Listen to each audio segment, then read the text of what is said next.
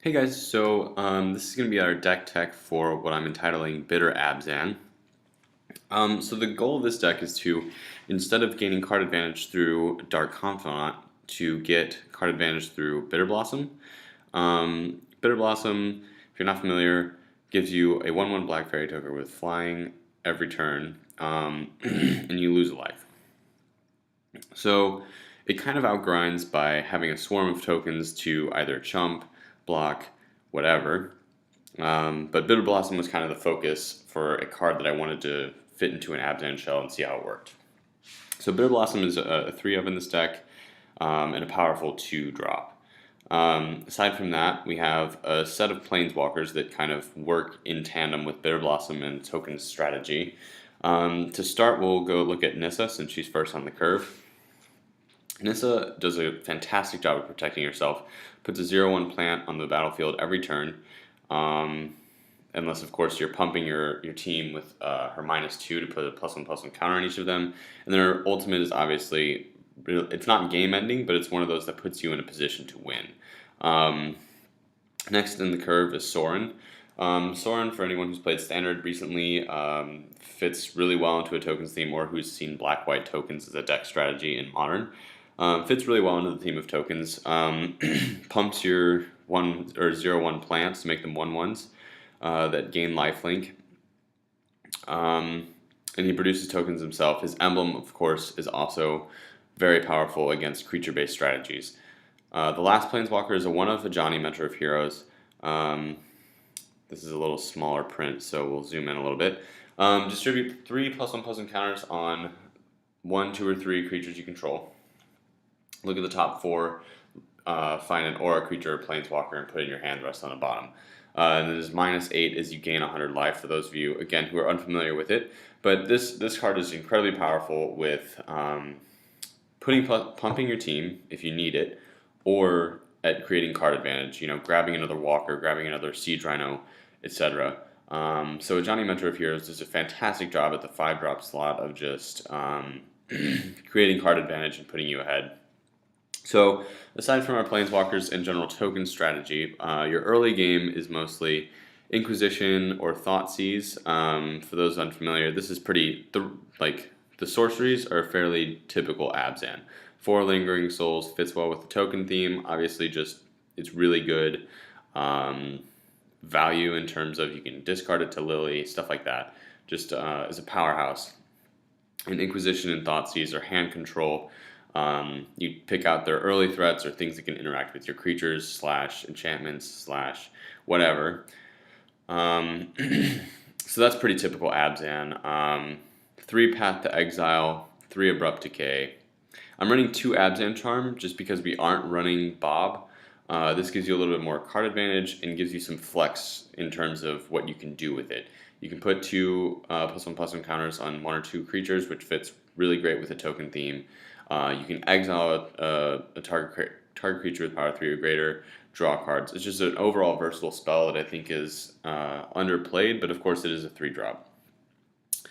Our creature suite is very different from traditional Abzan. I guess it's not terribly different, but it has a couple spots that are off base. And those are really the 3 Eternal Witness. I think Eternal Witness in this shell is really great because it allows you to outgrind your opponents. It works almost in this deck like a Snapcaster Mage a lot of the time, getting you back your Path to Exile, your Abrupt Decay. But sometimes it can also get you back, one of your Planeswalkers or a Bitter Blossom or something when you need it. So Eternal Witness does a lot of work in my experience with the deck so far. I played about 3 games. Underneath that, I'm running 3 Skews, which sometimes happens in Abzan decks and sometimes doesn't. It just depends on the player. But Skews works really well for getting rid of annoying things in graveyards. That's one of our main ways of exiling things from graveyards, and also works really well at gaining us life and creating a decent-sized 2-drop threat. 3 Siege Rhino, pretty self-explanatory. You're running Abzan, you run Siege Rhino. Pretty easy. 2 Tasker. The Taskers create card advantage in the late game, as well as can provide an early body that needs an answer to allow you to play other cards later if that's the way that you want to play it out. Just kind of depends on what your strategy is in the early game. The land base is pretty self-explanatory. I'm running one of each man land just to have an additional threat. I'm also running less shocks than normal. I'm running 4 shocks for the purpose of getting around things like Blood Moon, which I know are answerable, but this allows me to kind of I don't have to worry too much about a Fulminator Mage hitting something or something like that. So in this way, my mana base is a little less taxing on my life as well. That's up for discussion, but of course, I am also trying to save money with this list. This is about $1,000. Stereotypical Abzan is about $2,000 or $1,500, somewhere in there. But anyway, aside from the land base, which I think is pretty straightforward, except for the one flex spot, which is our Ghost Quarter. But Ghost Quarter might also become Vault of the Archangel, which gives lifelink and death touch to your creatures for 2 and a white and a black, which seems pretty decent with a token strategy at least. The sideboard, running 1 Anafenza for why can't I think of Living End, and other decks that are going to care about things going to graveyard, like even Grixis is a good sideboard option. You can board out like a Rhino or something and bring in Anafenza for the purpose of keeping them from being able to Kolaghan's command their Snapcasters back to their hand. So it happens to be a pretty versatile sideboard card. It also pumps the team slowly, but it can work to pump your team. So for those reasons, I think it's a pretty powerful sideboard strategy card. 1 Celestial Purge, good against Grixis control, good against any sort of red aggro deck. Just a pretty great overall answer to black or red permanents, which we're seeing a lot of right now in the format. 1 Choke. Choke does excellent work against blue, white, red control. Does a lot against a lot of the blue shells that we're seeing right now. So for that reason, it's going to be in the sideboard as a powerful option in that slot. 1 Duress. Pretty self-explanatory. Duress, gets rid of some of the things that we can't deal with as a green-black X deck that doesn't run counterspells. This allows us to fight combos a little bit better.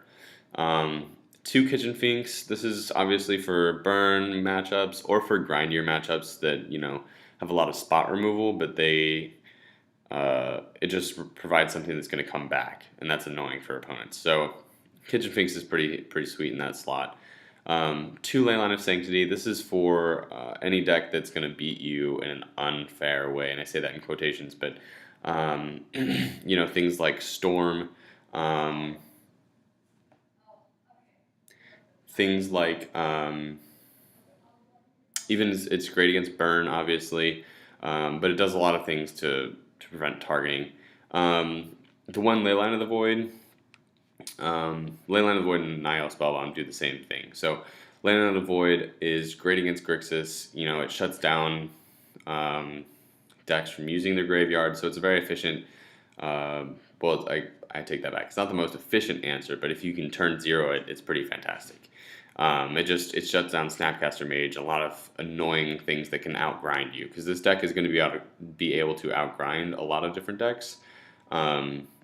But Leyline of the Void is one of the things that can really stop that from happening.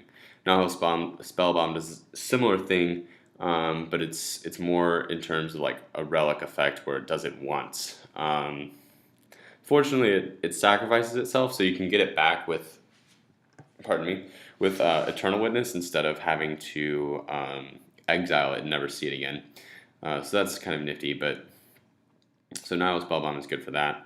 Stony Silence, this is great against Lantern Control, it's great against Affinity. It's an overall, pretty stereotypical sideboard choice. The Timely Reinforcements, again, for life gain. It also helps you outgrind a lot of decks just by having the 3 creatures. And then lastly, Wrath of God. It's cheaper than Damnation, and it fits in our colors, so why not? So yeah, go ahead and take a look at the games. Thanks for watching, guys, and I'll see you next time.